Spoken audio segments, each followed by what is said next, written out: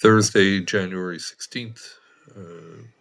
Sadly, nothing to report because I didn't provide any selections for this date. And the reason, um, my unique sire, broodmare sire, and trainer stats, known as my race reports, um, were not available to me for this particular date. This happens from time to time. As we all know, technology is wonderful when it works. There are hiccups from time to time, and you definitely learn that when you manage a rather large database.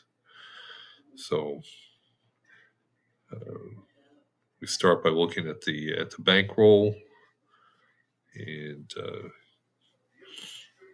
still nicely over $600. So the amount of the wager is always 1.5% times what's in the bankroll. In this case, it'll be $9 wager. And when we're lucky enough to cash a ticket, take 7% of the profit and put that over in the piggy bank, the far right column. And this all started back around the Breeders' Cup in early November of the handicapping one race per day and making a video for it, and making use of this money management system, which a friend of mine developed a long time ago, but I never had the discipline to really put it into action. And have to say, it really gets me to focus on uh, which races seem to be the right ones to wager on. If you want to get serious about making a profit, you have to have a crap load of discipline. If you just want to play for fun, there's nothing wrong with that. It's a great sport. It's always fun uh, to wager on as many races as you like, but you're certainly not going to be showing a profit by doing that. So we go to Aqueduct for Friday, January 17th, and the day will start early.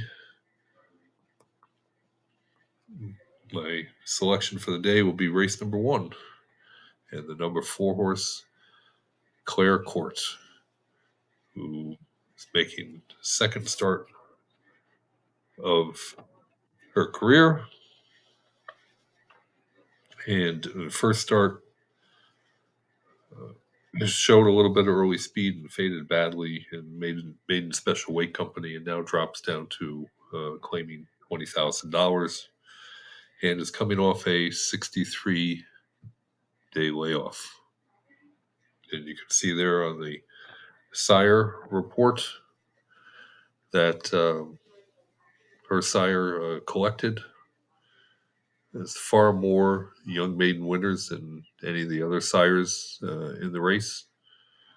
Uh, Not that that earns a real big advantage. It's just collected has had uh, more crops of offspring than the other sires. Uh, but from a good sample of 38 previous maiden winners of in the young category, and I still basically consider them to be 2-year-olds until May 1st of their first year. Uh, 38 of those previous winners, 24% came at the 6 furlong distance, which is right about the average, and 29% came when the purse was between $31,000 and $40,000. And the all important layoff figure, 167, or 67% above the average for getting those maiden winners when having more than 60 days rest. So we'll look at uh, the broodmare sire is Mission Impossible, who has 7 previous winners of this type of race, and 43% came at 6 furlong distance, 14% at this purse level, and the layoff figure is a fat 334. Well, with only 7 previous winners, uh, that would translate to 2 of the 7 came uh, when laid off more than 60 days. Because on average, when you're dealing with winners that have more than 60 days rest, it's typically around 8% of all winners. So 2 of 7 would be 28%. And there you go. 8% compared to 28% is a little better than 3 times. And that's why the layoff figure is 334. It's better than 3 times the average. And we go over to the trainer stats. And that trainer is Madison Myers. I'm not really familiar with. And she's only had 3 previous winners of this type of race.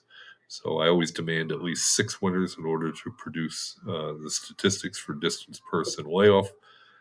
So we will use the 10 total dirt winners that Madison Myers has trained.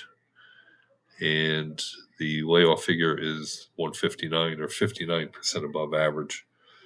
So expecting big improvement, mostly off the class drop for this maiden. But all the layoff figures indicate likely to run a top effort. So make it a great Friday, and we'll talk to you again tomorrow.